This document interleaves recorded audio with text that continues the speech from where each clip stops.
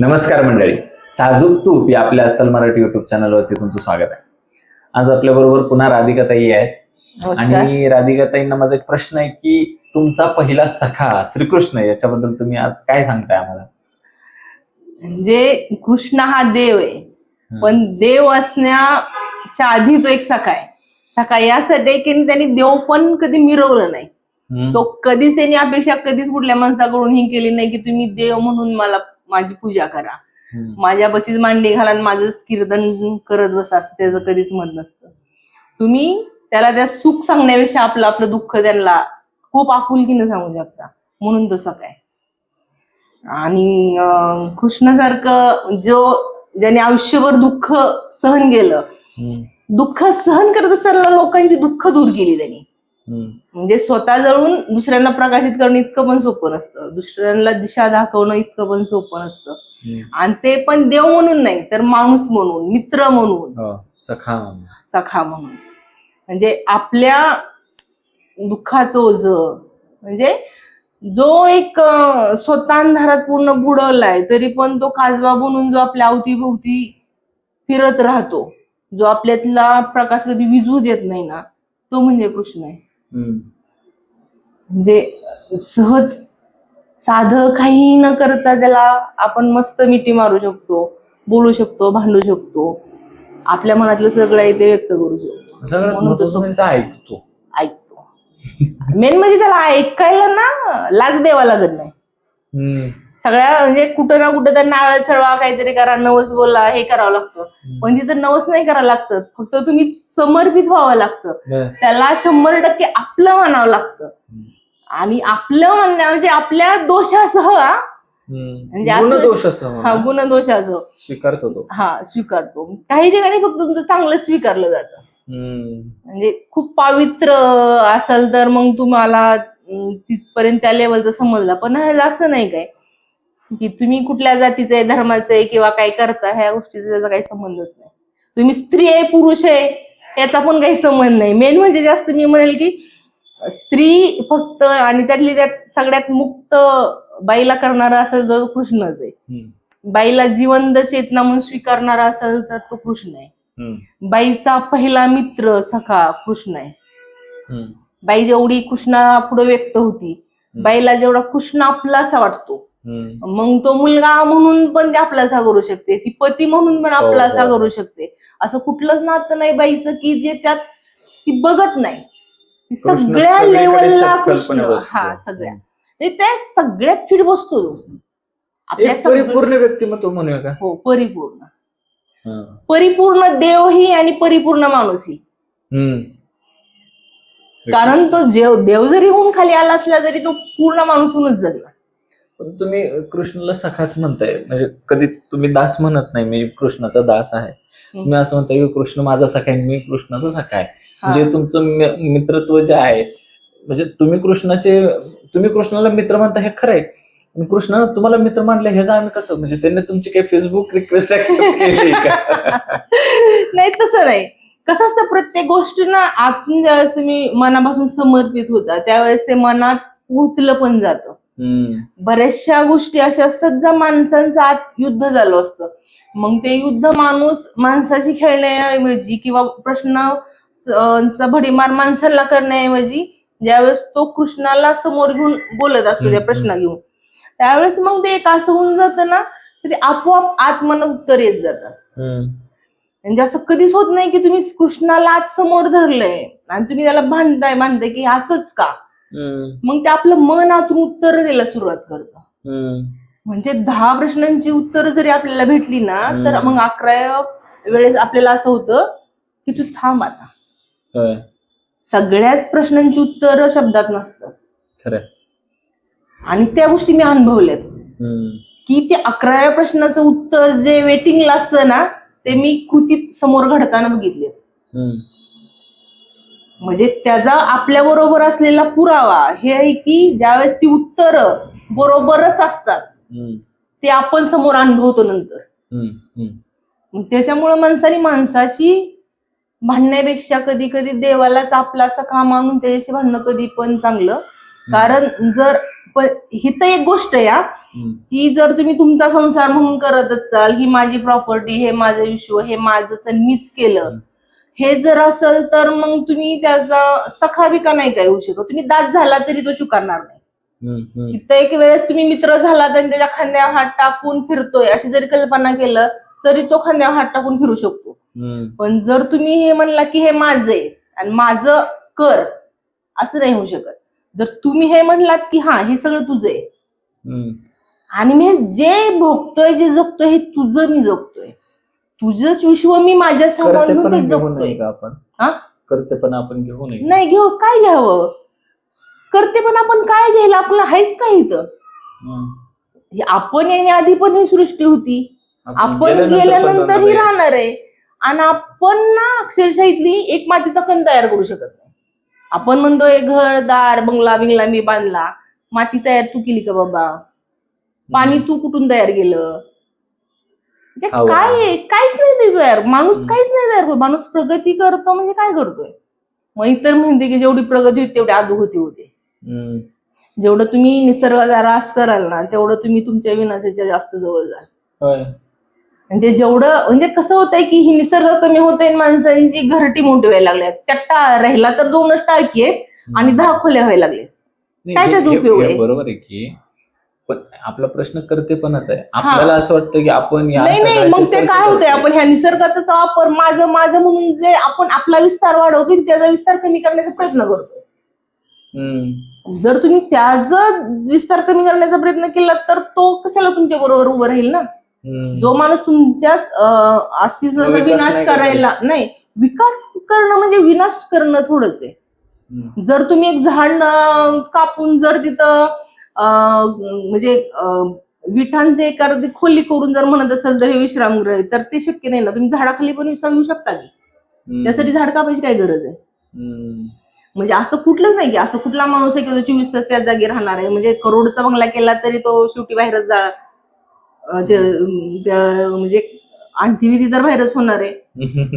घरात तर नाही तुम्ही करू शकत. काय म्हणजे एवढा हव्यास कशाला? मग काय होते, माणूस हव्यासापोटी ह्या देवपणापासून लांब जात आहे. मी म्हणत नाही की देवपणा जपून तुम्ही देव देव करत राहा, असं काही नाही.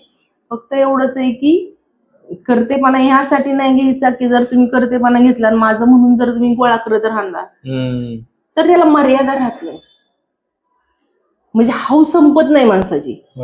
जर तुम्ही त्याचं म्हणून गेलात ना, आपण प्रसाद देवाला किती दाखवतो, अगदी थोडं असतंय नैवेद्य म्हणून.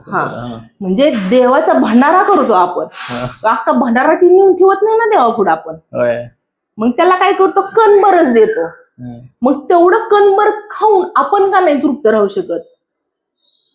मग जो देव असून जो एका कणात तृप्त होतोय, मग तू नश्वर माणूस आहे तर तुला अख्खाच भंडारा तुझ्याच नावाने, म्हणजे का म्हणून तुला गडप करायचं? म्हणजे कणात देव तृप्त होतं तुझी, म्हणजे तेवढ्यासाठी ते लिंदा पाहिजे, ते दास्यत्व पाहिजे किंवा ती साक्य भक्ती पाहिजे. करतेपणात त्याला समर्पित का करा, तर ते कणात तृप्त होतोय म्हणून त्याला समर्पित करायचंय. आता मला सांगा की कृष्णाच्या आयुष्यामध्ये खूप सारे सखी आहेत. कृष्ण आणि सुदामा आहे, कृष्ण आणि अर्जुन आहे, कृष्ण आणि कर्ण आहे, कृष्ण आणि उद्धव सुद्धा आहे. तुम्हाला त्यातलं कोण आदर्श वाटतं जास्त? आदर्श म्हणण्यापेक्षा प्रत्येकाने स्वतःतला कृष्ण प्रत्यक्षातल्या कृष्णाशी आहे असा जगला म्हणून तोच कृष्ण त्यांच्या वाटेला आला. बरोबर. सुदामानी त्याच्यातला कृष्ण जो मित्र म्हणून आत जपला होता, तो मित्र कृष्ण सुदामाच्या वाटणीला आला. ह्यानी उद्धव आहे, उद्धव आणि आपण सुदामा पाहिला. म्हणजे उद्धव आणि सखा म्हणून जपला. मग त्यांनी स्वतः त्याचा उद्धव जो होता ना तो पूर्ण कृष्णासारखा होता. म्हणजे कृष्ण आणि उद्धव तुम्ही ओळखू शकणार नाही असं एवढं काही साम्य नव्हतं त्या दोघांत. म्हणजे असं काहीच असं नव्हतं की त्या दोघांत वेगळं, इतकं साम्य होतं त्या दोघांत. म्हणजे ज्यावेळेस तुम्ही सखा होता ना त्यावेळेस तो म्हणजे त्याच्यापासून वेगळं आपल्याला ठेवत नाही. त्याचं ते उदाहरण आहे. आणि आपण जे 4 मुक्त्या आहेत ना त्यामध्ये समीपता, सलोकता, सरूपता, म्हणजे त्याच्यासारखं रूप येतं का? रूप येतं, पूर्णच माणूस होतो. ह्याला सायुज्यता म्हणतात.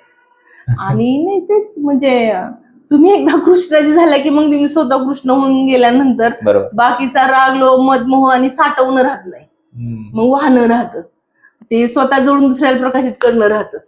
स्वतःच्या डोळ्यातला अश्रू डोळ्यातच जिरून दुसऱ्याला हसू देणं होतं. हे आता मित्र म्हणून अर्जुनाने जपला, त्याला मित्रासारखाच तो लाभला. मित्र म्हणून कर्णाने पण त्याला आपलंसं केलं, तो पण मित्र म्हणूनच लाभला. आणि त्या दोघांची त्या पार्टमध्ये तशीच भूमिका राहिली. म्हणजे ज्यावेळेस कर्ण स्वतःची दुःख सांगतोय त्याला की बाबा मी एवढं भोगलं की मला जन्मापासून त्रास सहन केला, असं झालं तसं झालं, तरी तो काय तर तूच काय केला, माणूस म्हणून मी जन्माला आलो तर मी पण भोगलं की, मी कुठे रडत बसलोय, मी कर्म करतोय ना. इथं सृष्टीत आल्यानंतर आपल्याला कर्म करायची, सुटका नाही कोणाची. हा, आपण ठराविक काळासाठी आलोय तर आपण आपली कर्म करूया निघूया. तर म्हणजे कृष्ण प्रॅक्टिकल वाटतं, व्यावहारिक पूर्ण. म्हणजे कृष्णाला तुम्ही व्यावहारिक म्हणू शकता, आध्यात्मिक म्हणू शकता, राजकारणी खूप छान समुपदेशक काउन्सिलर, त्याच्यासारखा कुणीच नाही, त्याच्यासारखा राजकारणी नाही, त्याच्यासारखा संग्रही कुणी नाही, त्याच्यासारखा दानी पण कुणी नाही, त्याच्यासारखं बंधनात राहणं कुणाला जमणार नाही, त्याच्यासारखं मुक्त होणं पण कुणाला जमणार नाही. कृष्ण असं आहे ना, तो फक्त एकमेव कृष्ण, द कृष्ण, द कान्हा, की एकमेव अद्वितीय, याच्यासारखं कुणी नाही, ना भूतो ना भविष्यती, तो आहे तो एकच, एवढा एकच. म्हणजे जो एका काही धाग्यांच्या बदल्यात द्रौपदीला ढेगानी वस्त्र पुरवत असेल तर देणं काय असतं, नाही देणं काय असतं. नाही, ज्यावेळेस तुम्ही एक कण नेताना त्या कणाची तुम्ही जाणीव करून जर हृदयात जपून ठेवली ना, तर त्याचं ते डोंगरा एवढं ते परत देणं पण होतं. जितक्या कसं आहे माहितीये का, जर तुम्ही समर्पणाने घेतलं तर समर्पणाने देणं होतं. तर हव्यासापोटी घेणं, हव्यासापोटी संग्रह करणं, स्वार्थासाठी केलं तर तुम्ही ज्यावेळेस तुम्ही 4 गोष्टी घेताना त्यावेळेस माघारी करताना जर तुमच्या पोटात हवं असेल तर तुम्ही 2च गोष्टी माघारी करणार. पण ते तुम्ही समर्पणाने घेतलं असेल, प्रेमाने घेतलं असेल, आपलेपणाच्या भावनेने घेतलं असेल तर तुम्ही 2 घेतलं ना 4 माघारी करता. मग हा कृष्ण आहे जो राधेवर उत्कंठ प्रेम करतो, पण त्या प्रेमाला सोडण्याची ताकद त्याची आहे, कारण त्यांनी उत्कंठ गेले. ज्यावेळेस तुम्ही उत्कंठ करता आणि त्यात पूर्ण बुडालेला असताना त्यावेळेस तुम्हाला ते सोडताना प्रश्न हा पडत नाही की ती सोडू कसं, कारण त्यांना माहित असतं जेवढी वेदना मला होणार आहे तेवढी तिला पण होणार आहे, आणि तेवढं समर्थन तिचं पण माझ्या निर्णयाला असणार आहे. विश्वास आहे, पूर्ण विश्वास आहे. प्रेम हेच आहे. प्रेम हे आहे की तुमचे स्वार्थ मी पूर्ण नाही केली तरी पण मी तुझ्या बरोबर आहे. म्हणजे शरीराने नसलं तर राधेचं प्रेम हे निस्वार्थ होतं, तेवढंच कृष्णाचं. पण मला वाटत नाही राधेचं प्रेम हे अपेक्षा रहित. राधेची प्रेम काहीतरी अपेक्षा असेल, स्वार्थ नसलं तरी अपेक्षा असेलच ना काहीतरी. बिना अपेक्षेचं प्रेम कसं जन्मल? मग प्रेम ही गोष्ट अशी आहे ना की ज्यावेळेस ती जन्मती ना त्यावेळेस ही भावना घेऊन येते की माझ्या मनात जे जन्मलंय ते त्याच्या मनात जन्मावं आणि ते जन्मलंय ते एकरूप व्हावं. बरोबर. आणि ते अवीट असावं, न संपणारं असावं, आणि ते प्रत्येकाचीच भावना असते. पण काही गोष्टी कधी कधी होतात असं माहितीये, जो माणूस करत असतो ना त्याला बऱ्याचशा गोष्टी सोडाव्या लागतात. जर ह्या जागेवर कृष्ण जर फक्त घरातला एक गवळी म्हणून पोरगा आला असता जन्माला तर त्याला ते लग्न करून संसार थाटणं सोपं झालं असतं. पण जर कृष्ण देव म्हणून जन्माला येतोय, आई बापाला त्यांनी तुरुंगात बघितलंय, इथं कंस त्याचा मामा अत्याचार करतोय ते बघितलंय, त्याला तो अत्याचार संपवायचा, म्हणजे तो देव म्हणून जन्माला आलाय, तो माणूसाचं हृदय घेऊन जन्माला आलाय मनुष्याने. हा, त्या सगळ्या भावना आहेत, पण त्या भावनेला कर्तव्याची जाण आहे. जर मी एका राधेत गुंतलो तर लाखो लोक अशीच निष्पाप मारली जातील ह्याची कल्पना त्याला आहे. जन्म जाते असेच सोडून मरतील ह्याची जाण त्याला आहे. ज्या गोकुळात ज्या लोकांना माझ्यामुळे ज्यांनी सहन केलं, म्हणजे आता त्या मामाने त्या गोकुळात त्या वृंदावनात त्रास दिलाच ना त्या लोकांना, तो त्रास बघतच होता ना. मग तो लाखो लोकांचा त्रास थांबणं पण गरजेचं होतं ना. पण असं होत ना, म्हणजे तो देव असल्या कारणाने एक जबाबदारी असल्यामुळं ते असं नाही की एका माणसाला हृदयाला धरून बाकीचे तुम्ही लाखो मरायला सोडू नाही शकत. जर म्हणजे त्याला कळतं त्याग कुठं करायचं. हो, त्याग केला पाहिजे. आणि मला वाटतं जो माणूस 100% प्रेम करतो ना, तो 100% त्याग पण करतो. बरोबर. कारण ते 100% प्रेम असतं ना, तेच तुम्हाला त्याची ताकद देतं. कदाचित राधा गप्प त्याच्या पाठीशी उभा राहिली नसती तर ना तो गोकुळ सोडू शकला असता, ना तो त्याच्या मामाला मारू शकला असता, ना त्याने एवढं राक्षस ही केली. त्यांच्या आजल म्हणजे एवढे त्या डोक्याला केस नसतील तेवढे त्या वैरी होते. होय, जन्मला प्रश्न त्याला फक्त मारायचेच प्रयत्न चालू होते ना. मग ह्या सगळ्यांना त्यांनी पुरून उरला. त्यांनी स्वतःच सोन्याचं साम्राज्य तयार केलं. सोन्याची द्वारका होती त्याची. आणि सोन्याची द्वारका असणारा लाकडाशी ज्याची मैत्री आहे, जो लाकूड तोंडाला लावून फिरतोय. बघा नाही किती विलक्षण आहे. म्हणजे हे जे म्हणजे सोन्याची लंका असताना लाकूड तोंडाला लावून फिरणं म्हणजे बस. लंका नाही, द्वारका. आपलं सोनं म्हणलं की लंका तोंडाला येते, द्वारका. सोन्याची द्वारका असतानाही तोंडाला लाकूड म्हणजे ती बासरी, प्रतिकात्मक रूप. म्हणजे ही एक ते म्हणजे फक्त कृष्णच करू शकतो. आणि दुसरी गोष्ट आहे की एवढंही करताना ज्यावेळेस एक प्रेम खंबीरपणे उभा असतं त्यावेळेस त्यांनी 8 लग्न पण केली. वेगवेगळ्या प्रांतातल्या वेगवेगळ्या जमातीत, म्हणजे असं वेगवेगळे आहेत. असे नाही की सगळे राजघराणे आहेत, काही त्यात आदिवासी मुली पण आहेत, काही असं वेगवेगळे आहेत. त्यांनी कुणाला असं निवडलं नाही. ज्यांनी त्याला निवडलं ना त्यांनी त्याला सोडलं नाही. हे त्यांनी 8 लग्न केली, ह्यांनी प्रस्ताव कुणालाच नाही पाठवला. 8 प्रस्ताव ह्याच्याकडे आले तसे स्वीकारले. आणि ह्यांना स्वीकारून परत ही 16 सहस्त्र ज्यावेळेस नरकासुरांनी त्यांना त्या स्वीकारल्या. ते का स्वीकारलं तर त्यांच्या जन्मदात्यांनी त्यांना स्वीकारलं नाही, त्यांच्या घरच्यांनी स्वीकारलं, समाजाने स्वीकारलं नाही. म्हणजे तुम्ही फक्त हे म्हणू शकता की हे तिथं घाण आहे, पण ते कधी माणूस उतरून ते साफ नाही करत. ते घाण लोकांना फक्त दाखवायचं असते घाण आहे म्हणून, पण त्यांना त्याच्याबद्दल कुठली रिस्क नसते घ्यायची. ते स्वतःहून कधीच काय करायचं नसतं. नरकासुराचा त्रास सगळ्यांना होतोय हे मान्य आहे. बायका आपल्या पाठवलं जाते हे बघतात उघड्या डोळ्याने, पण ते विरोध नाही करत कुणी त्याला.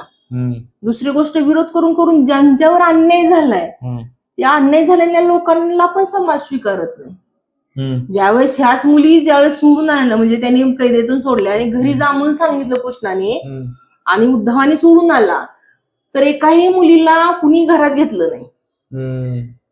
ही म्हणजे तू बाटली म्हणून त्यांनी सोडून दिलं.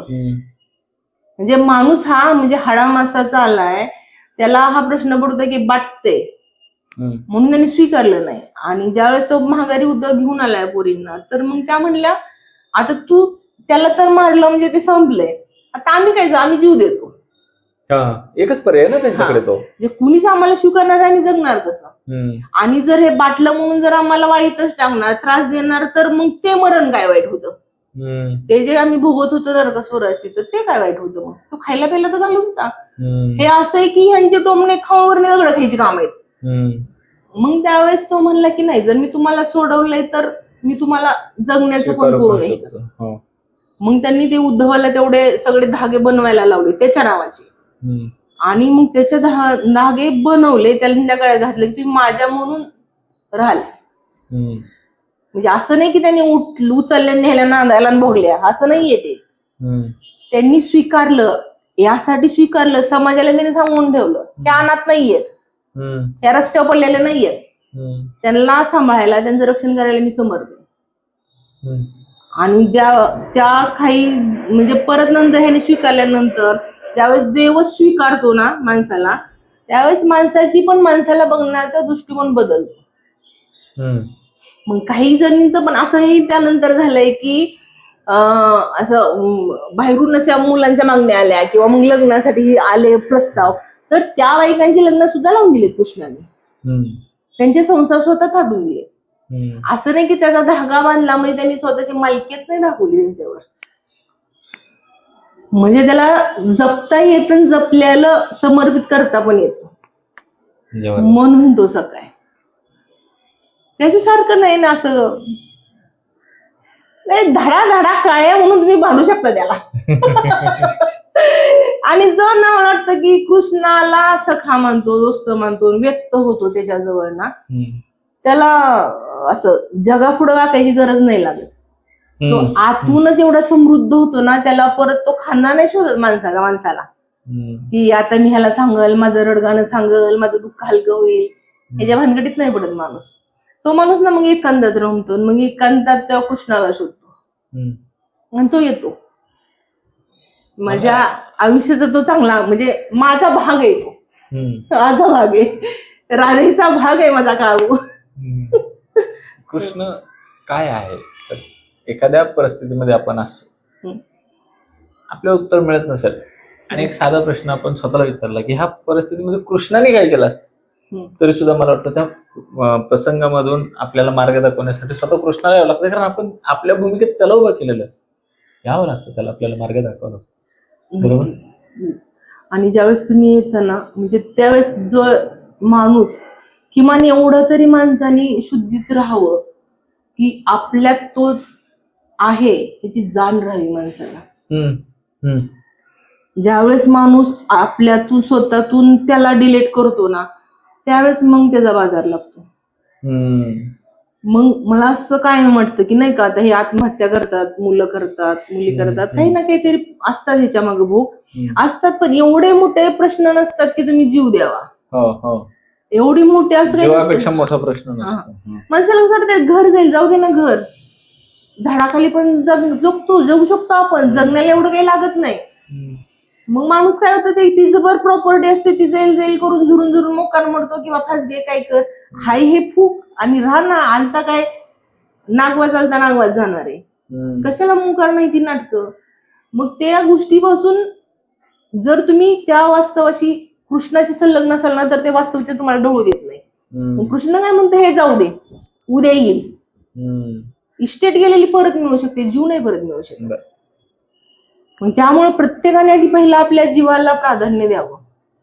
आपल्यातून कृष्णाला, मी म्हणते तुम्ही कुठल्या पण देवाला, देवाची पूजा करा, तुमची साधना असेल, जप तप असेल, कुठली याची दीक्षा असेल, काय असेल, तुम्ही त्याचे नक्की बघा, करा. पण एक सखा म्हणून स्वतः एक कृष्ण जोपासा, जो तुम्हाला हारू नाही देत. म्हणजे 5 पांडव 100 भारी पडतात का, तर त्यांनी आत कृष्ण जोपासलाय. हेच जे वाक्य थोडंसं मी माझ्या पद्धतीने सांगतो. 5 जणांपैकी एकालाही खर्चटत नाही, कारण त्यांच्याबरोबर फक्त एक आहे. आणि या 100 मधलं एकही जगत नाही, कारण त्यांच्याकडे तो एक नाही, त्यांनी नाकारला तो. हा जो एक आहे ना, तो आयुष्यात खूप मोठा आहे. तो एक म्हणजे आपण एकाबरोबर एकनिष्ठ राहायचं की अनेकांबरोबर राहून स्वतःच, म्हणजे कौरवांसारखं स्वतःला संपवून टाकायचा, हा निर्णय तुमचा आहे. एकाशी एकनिष्ठ आणि तो कृष्ण. आणि नाही, कौरवांना चान्स नव्हता का भेटला, त्याला होताच की, पण ती बुद्धी कुठे होती ते सांगते मी. नाकारणं आणि स्वीकारणं ह्यातला इथंच फरक आहे बघा. ज्यांनी स्वीकारलं त्यांना जीवन मिळलं, ज्यांनी नाही स्वीकारलं त्यांना संपणं मिळलं. उद्ध्वस्त झाले. म्हणजे स्वतःचा घात स्वतः करणं, ह्याला इथंच आपण म्हणू, म्हणजे इथले इथंच उदाहरण वगैरे आहे. असंच आहे ते, बुडत्याचा काय म्हणतात ना, पाय खड्ड्यातच असतो, ते असं काही नाही. आता सध्या तरी काय आठवत. ठीक आहे, चालेल. आपण परत नवीन विषय घेऊन येऊ राधिका सोबत. थँक्यू, धन्यवाद राधिका ताई. धन्यवाद.